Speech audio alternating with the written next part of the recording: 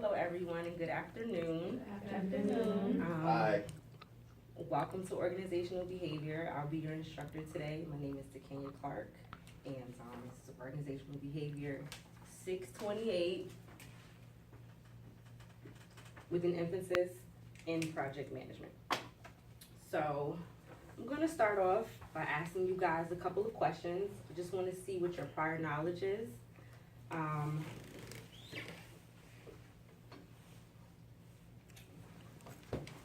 So I want you to ponder about these two questions. If you can work in pairs, 2 and 2, brainstorm on the two questions here. What do you think the term organizational behavior is?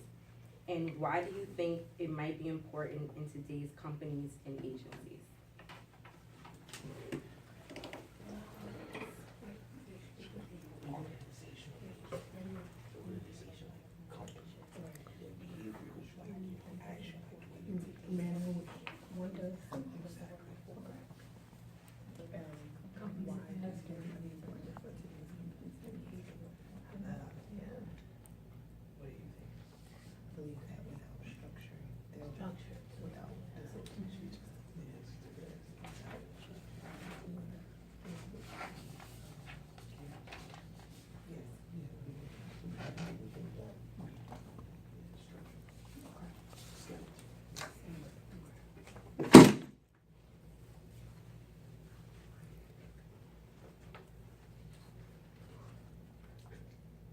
You guys good?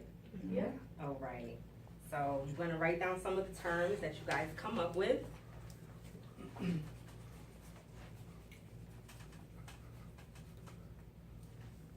Okay, so first group, what did you guys come up with for the first question? Organizational behavior, well, organization probably mean like a business or like a company. And then behavior is like habits or actions, the way you behave, so, yeah. The manner in which something is done.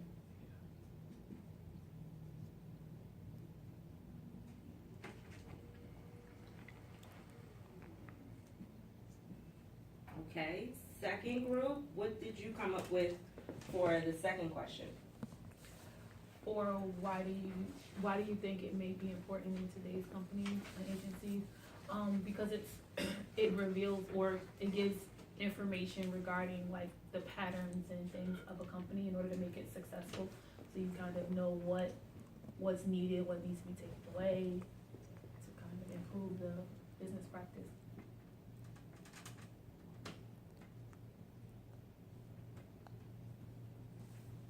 Second, well, first group, you have anything to add to the second question? All set? Yeah. Second group, anything to add to the first question? No. No? Okay. So let's see what we have here. So organizational behavior is the study of both groups and individual performance and activities within organization. So spot on, of course, company. And this area of study examines human behavior, habits and actions in a work environment and determines its impact on job structure, performance, communication, motivation, and leadership. Normally, this study is applied in an attempt to create more efficient business practices. So that usually is the goal of organizational behavior. Me as a manager, I would want to come into a company and I would want to study it. And if you hired me, I could tell you how to make your company better. So I would, if you were the employees, I would watch you for a time. And I would take notes and see how meetings are run, what the company morale is, how do the managers and the employees interact with each other? Is there an open door policy? And after that, I would reflect and I would talk to the managers and tell them what I see that they do great. And then I would also tell them these are the areas that you can improve in. And then probably some areas they could probably take away or, really, really, really improve. As far as like, okay, if there's an open door policy, let it be a real open door policy. If I'm walking around and your door is always closed, it's not really open door policy, just because I'm able to knock at any time. If your door is closed all the time, I'm not gonna feel comfortable to knock at any time. So when you say you have that policy, really, really adhere to it. Is anyone familiar with the term project management?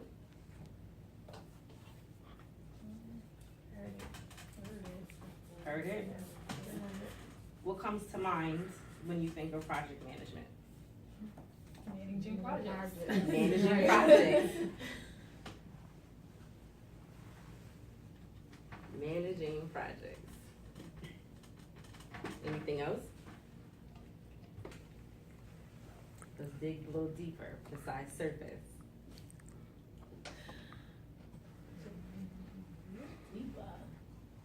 If it's a project, I mean, it has to be a goal. Goals, okay.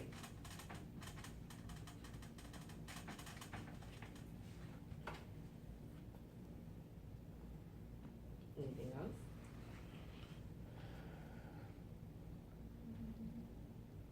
Well, I mean, there has to be steps to reach the goal. Okay.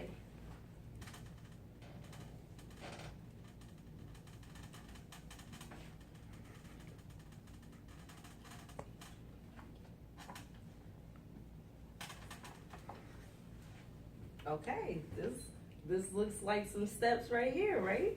Right. Okay then.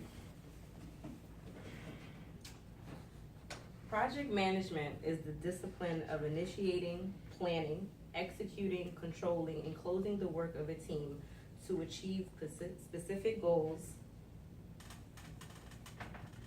and meet specific success. And that's what we're gonna be learning about today. Project management is a stem of organizational behavior, because it's something that we do, it's a behavior. So how you manage your projects in order to accomplish certain goals will determine how successful you are in accomplishing these goals and for setting the tone for the business as far as performance and quality of work.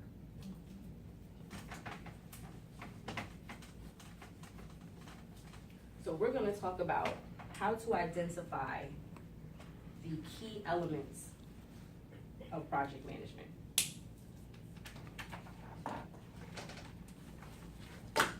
So when you see, I want you, at the end of the class, I want you to be able to take away, when you see a plan, any type of plan, if you have a business plan, a school plan, just a plan of action, trying to get kids to school, or plan a vacation, plan a trip, planning your schedule for doctor's appointments when you're trying to put them all in one day because you only got one day to do it, so you don't have to take a lot of PTO. I don't know if I'm the only person that does that, but you know, you have to plan accordingly. You have to make sure, let me make sure my travel time is right.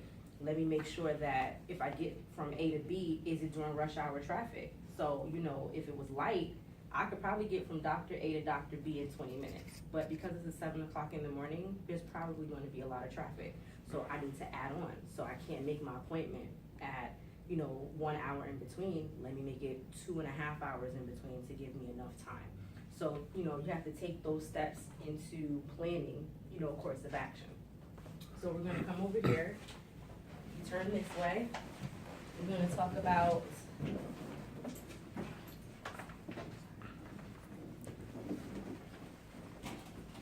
identifying the key elements of project management. Estimation of completion, time management, roles and skills, follow through and accountability, and review.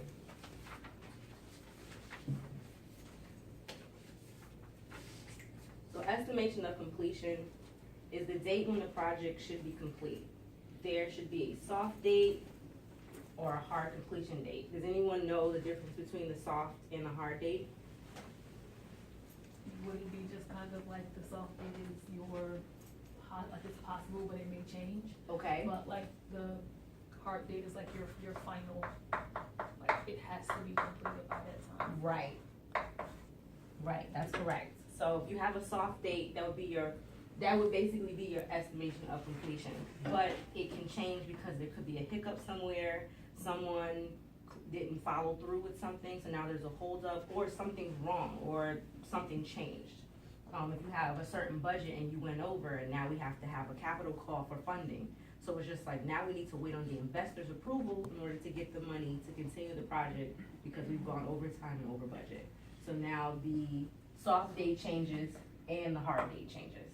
But when we do the hard date, we want it done by at least this time. So you give yourself enough cushion.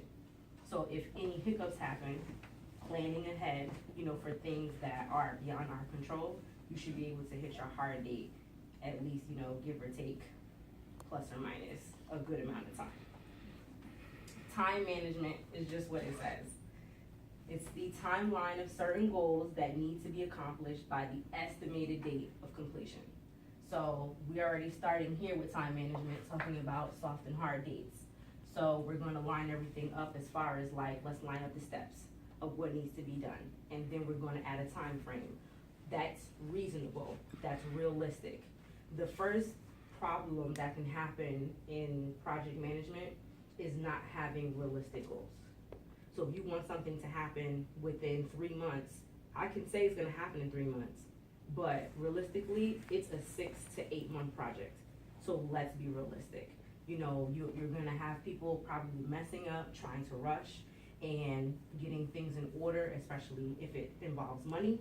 And when people are thinking that you're going to deliver on this 3 month, project, and it winds up being almost a year. It looks bad for the company, and if it was a client, they probably won't want to work with you again after they've invested their time and money in you. They're probably only staying with you because they've invested their time and money, so it wouldn't make sense to go somewhere else. But trust and believe, for the next project, they're gonna take their business elsewhere. Next is roles and skills. So with roles and skills, you wanna identify who on the team is knowledgeable and skillful in the areas needed. Me, I work in accounting. I'm a corporate manager for real estate. I work in the head office for the parent company. I do not work with the actual properties. So if someone needed something for the actual building, they can't come to me. I am not the first person that you will go to, even though I do accounting. I will want you to go to the property accountant first, because they have the knowledge of the buildings, the ins and the outs, because they know what's going on, because they're hands-on with that. So you have to make sure that you match each person who you think would be the best fit for that role or skill, to make sure that they do it to the best of their ability. You don't want to, just because someone wants to do something and try something new, it's not always the best case to do that, especially when it's a very important project.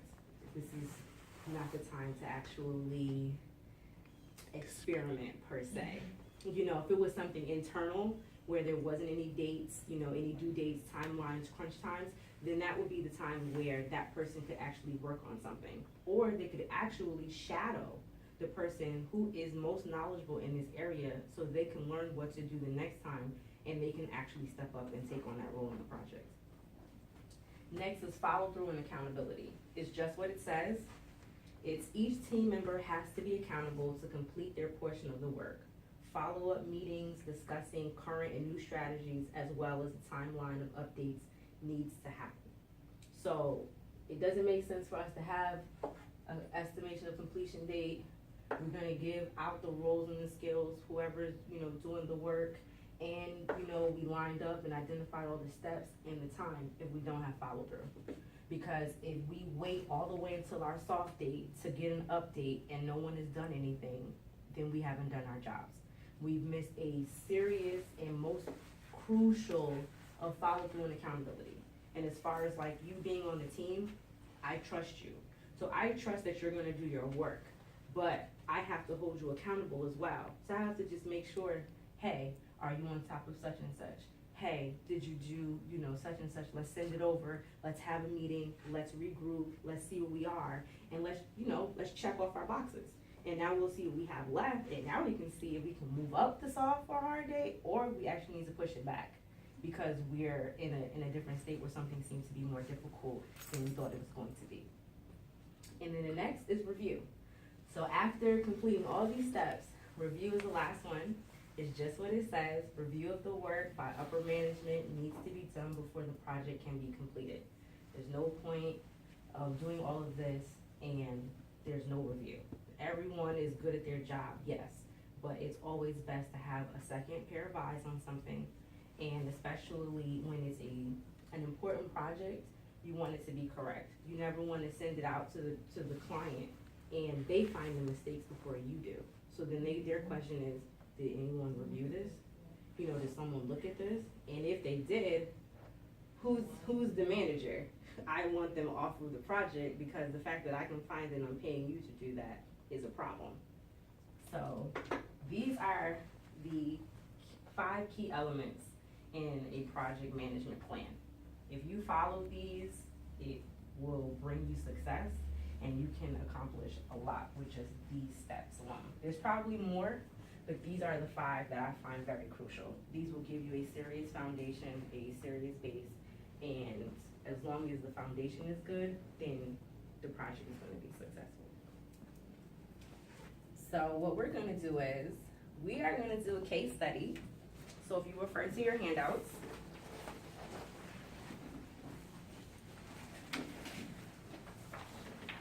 the first case study is about the implementation of a purchase order system. So just an overview, there's a company who wants to implement a purchase order system. They are finding that they have a lot of outstanding invoices that they can't keep track of, and accounts payable has actually been duplicating payments to certain vendors and then not paying others. So with the purchase order system, they'll be able to flag what's coming in, and it has to be approved when it's going out. And if there is a vendor that's in the system and they already sent us an invoice, the system will not allow us to enter a duplicate invoice number, so that way they receive payments. Because now we have all these credits when we actually want our money and the vendor won't give it back to us. So I want you guys to work in pairs. I want you to read through the case study. And as far as the discussion, I want you to identify or locate the 5 key elements of the project management plan.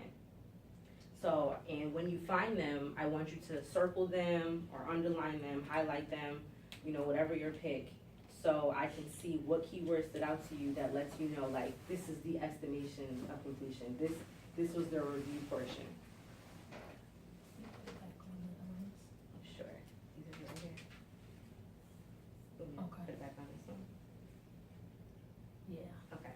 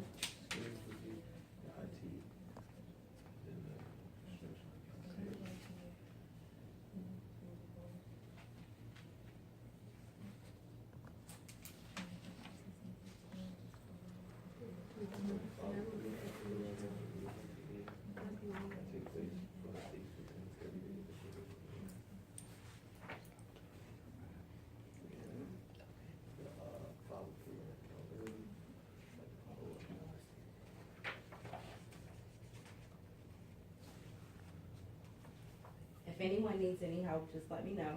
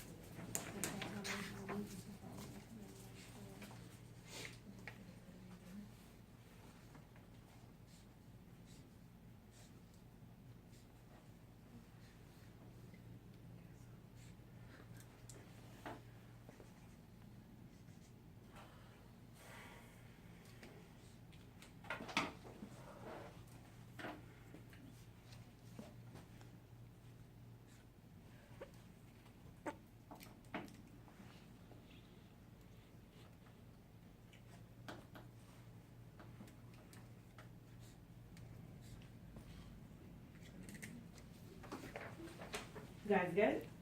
Yes. You guys ready? Mm-hmm. All right, so we're gonna call it group one, group two. Okay, so.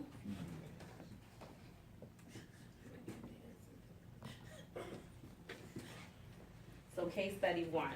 So, group one, can you identify the 5 key elements for me? Okay, we're gonna go down to the second paragraph where it states, IT stated that the preliminary timeline is 3 to 5 months. We're gonna say that that's the estimated time of completion. Okay.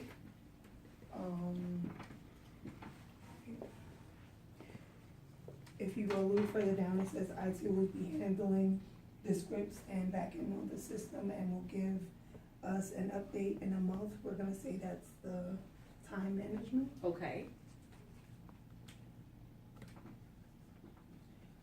Thereafter, it says constructions and accounts payable, receivable will be compiling, transferring, and coding open invoices. We're gonna say that's the roles and scripts. Skills, sorry. Yes. No, it's fine. As far as the follow through and accountability and review, we have 2 answers because the roles kinda are interchangeable. Okay. So where it talks about once the invoices are entered and pushed through for review, it talks about accounting doing a review. We said that would be the follow through Okay. as well as review. And then thereafter, it says a monthly meeting, that will take place for our pays within 30 days of the original meeting date to follow through. That would be follow through and review as well. Okay. That's it. Very nice. Group two, do you agree with group one's answers? Do you have anything to add? Do you have anything different? We did have something else, but I'm not sure if you were right. Okay, please With share. like roles as far as like who all is involved. So like there was, because I think it's important to know like who's all there. So like, Right. the first paragraph has like, well, the second paragraph, but first line, it has like IT, accounts payable, the construction department, and the accounting department have all met. So that's kind of like those that are involved in the project, so that we kind of know who we're following up with. Right, So I would consider them a part, we consider them a part of roles and skills as right, well. yes. And we had everything the same, estimated time completion, review, yeah, everything else was. Everything was the same? Yeah. Okay, how did you guys feel about this? Yeah, it was, yeah. It was I'm fine? Right there, yeah. Were you guys able to identify the key elements easily? Yes. Yeah, there were code words. There were code words? Share, let me know a code word. 3 to 5 month timeline. Update Update, review. Review. Review, right? Okay, so you guys see the key words.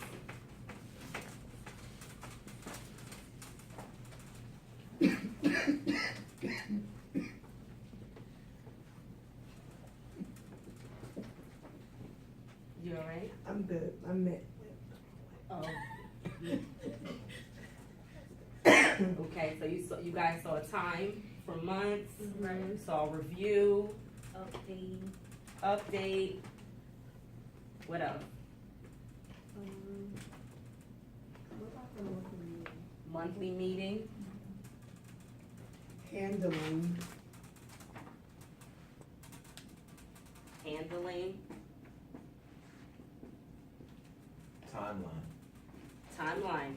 Compiling, that kind of is a clue that that was their project, so it's kind of their role. Right. you know. Right? Anything else?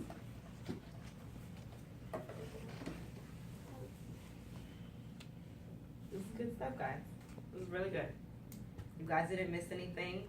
Everything that you guys had, I had too. So it's great to see that everyone understands and what was accomplished here. So there's a second case study that I want you to work on individually. The second case study is about a school fundraiser. So the school is basically, they want to put on a fundraiser during the summer for the upcoming school year for school supplies and for, school trips. So they basically, right now it's May, so they basically have the rest of the summer in order to do that. Their goal is to have an event, for the fundraiser to give out the raffles that they're going to do, as well as to address and, note the contributors, the donors who contributed, so they can be recognized at this event as well. So it's going to be the second week of school, probably that second weekend. So this is their plan as far as like what they wanna do. So I want you guys to identify the 5 key elements individually, and we'll discuss.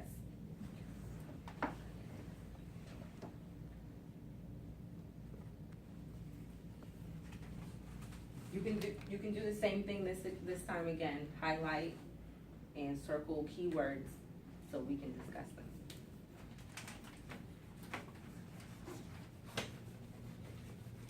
On this one, however, you're going to be handing this in to me.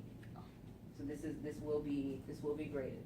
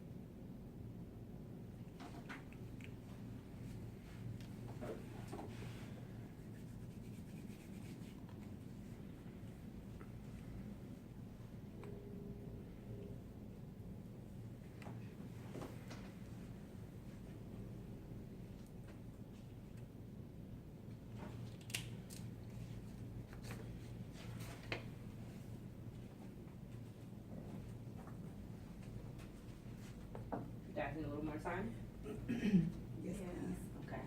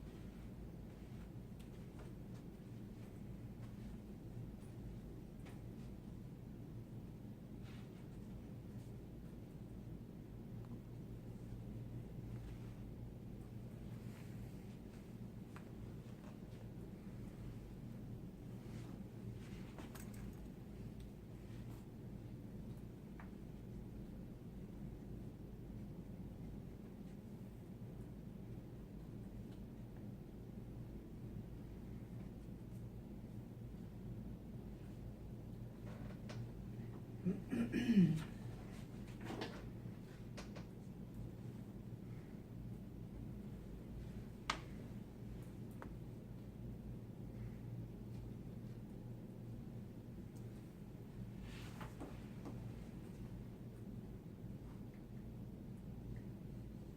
you guys find this one a little bit more challenging? Yeah. There's more elements.